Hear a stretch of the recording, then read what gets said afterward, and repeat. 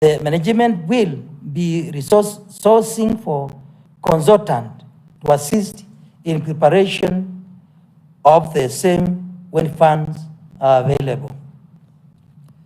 Mr. Speaker, sir, the company had no ICT policy in place. These are the findings of the committee. However, the management was in the process of formulating an ICT policy as at the time of interrogation.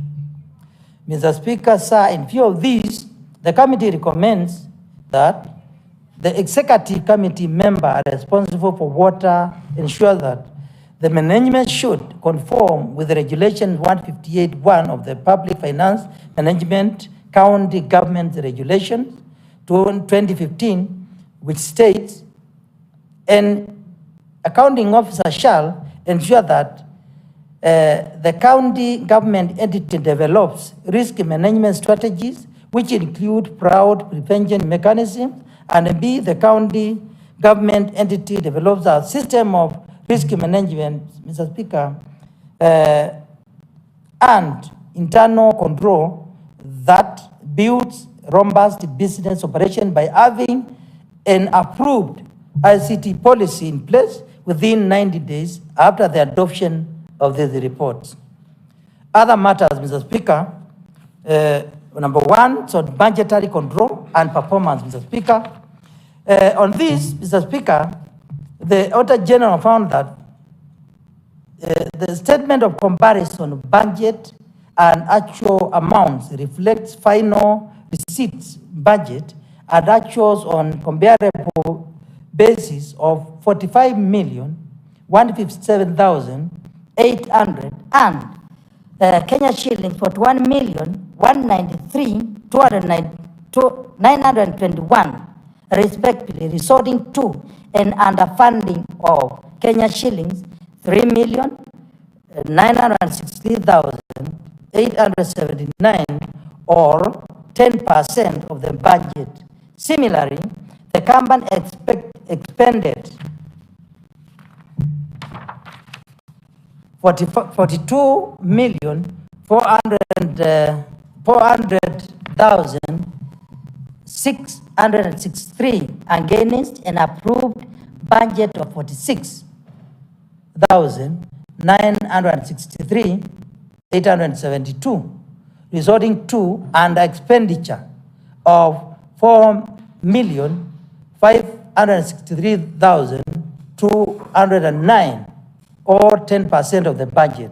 Further, the statement reflects final budget amount of 45,157,800 and Kenya shillings 46,960,872 for revenues and expenditures respectively, resulting to a budget deficit of 1,806,072 shillings, Mr. Speaker. The management has not explained the reason for the deficit and how the excess expenditure was to be financed. The statement also reflects debt total income variance between budgets and actuals of 3,963,879 instead of credit of the same amount. In addition, the statement shows credit surplus variance of 599,300 instead of a debt of the same amount. In the circumstances, Mr. Speaker, the budgeting and under collection of revenue mean that the company did not undertake some of the planned programs and activities, thus denying services to the residents.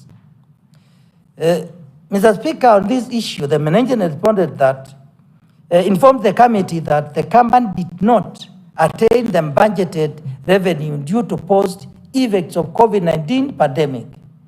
The operational costs remained the same, the reduction of revenue notwithstanding.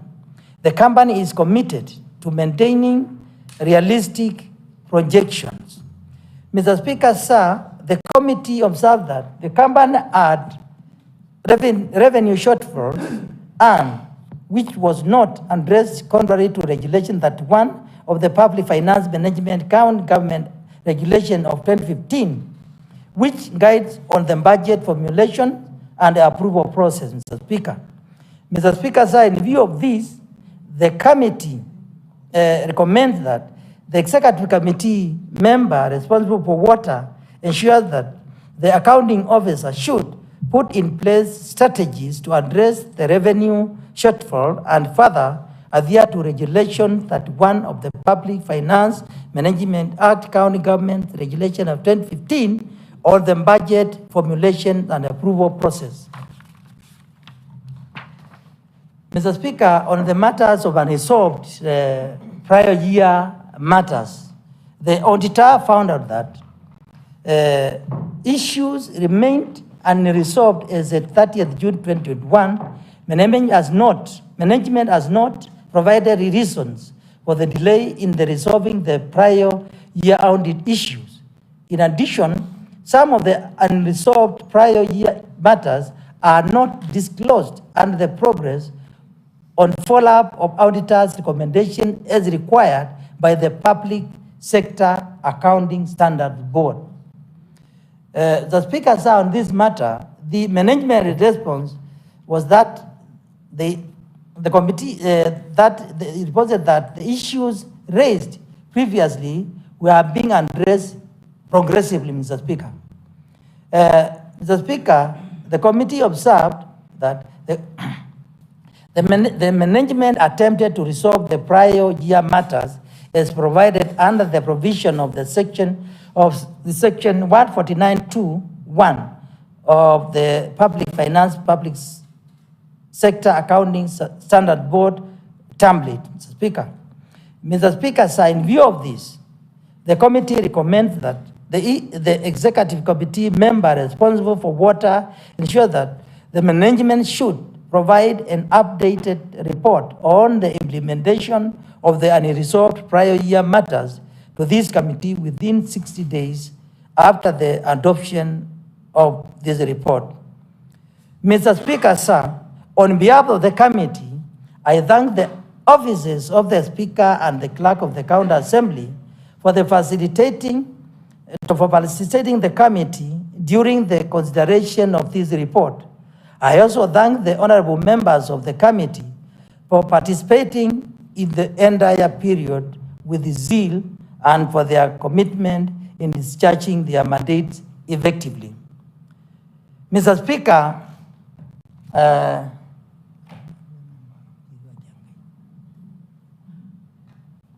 Mr. Speaker, I call upon Honorable Jacqueline to second this motion. Thank you, Mr. Speaker.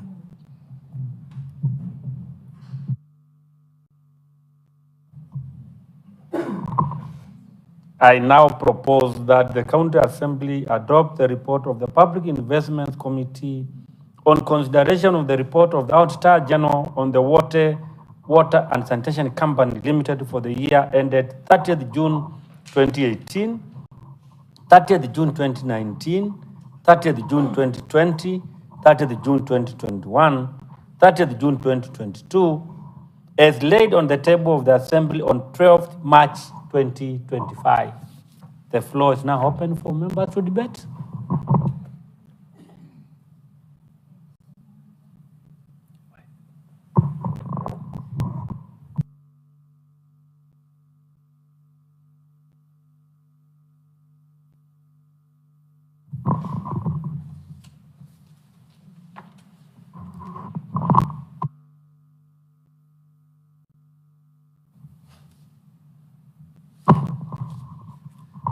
Honorable members, I now put the question, which is that this Assembly adopt the report of the Public Investments Committee on consideration of the report of the Auditor General on the Water and Sanitation Company Limited for the year ended 30th June 2018, 30th June 2029, 30th June 2020, 30th June 2021, 30th June 2022, as laid on the table of the Assembly on 12 March 2025.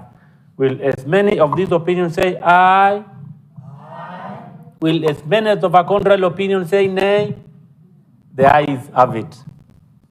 I now direct the report be shared to the CEC in charge of water, and also be shared to the governor and the deputy governor and the CS for the implementation of this report. Thank you.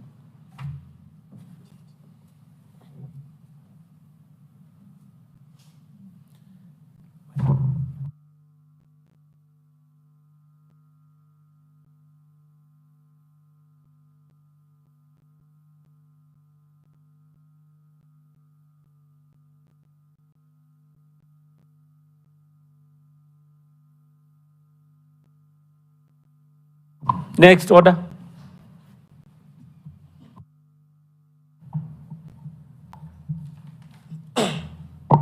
Order number 9. Motion. The report of the Committee on Environment and Climate Change on the Makueni County financial year 2023-2024 annual climate change progress report. Chair Committee on Environment and Climate Change to move a motion for the adoption of the committee's report on the Makueni County financial year 2023-2024 annual climate change progress report.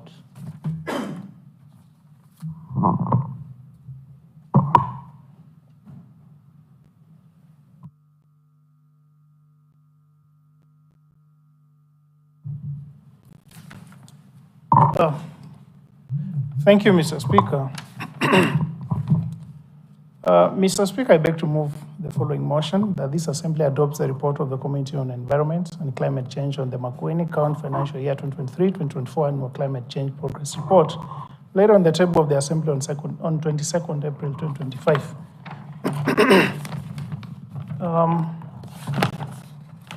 Mr. Speaker, the report is somehow voluminous, a little bit longer, but I will try as much as I can just to go to the main specifics. Makueni County Annual Climate Change Progress Report for the financial year 2023-2024 was prepared in line with the United Nations Framework Convention on Climate Change, National Climate Change Act 2016, National Climate Change Action Plan 2023-2027, Makueni Climate Change Act 2022, and Makueni Climate Change Fund, MCCF.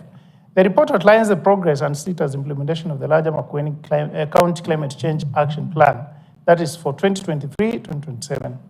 The report highlights the progress made in addressing challenges identified on climate hazards and risks identified during the 2023 Participatory Climate Risk Assessment.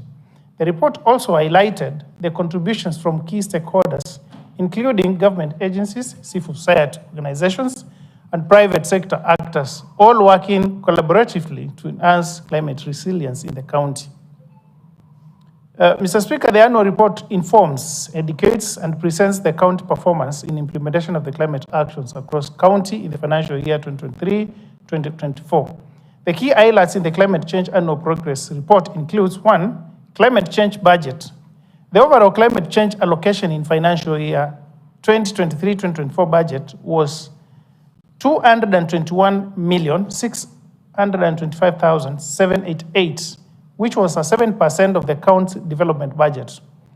Based on the participatory climate risk assessment conducted in the 30 wards in 2023, the following risks as the climate hazards that threatened local livelihoods.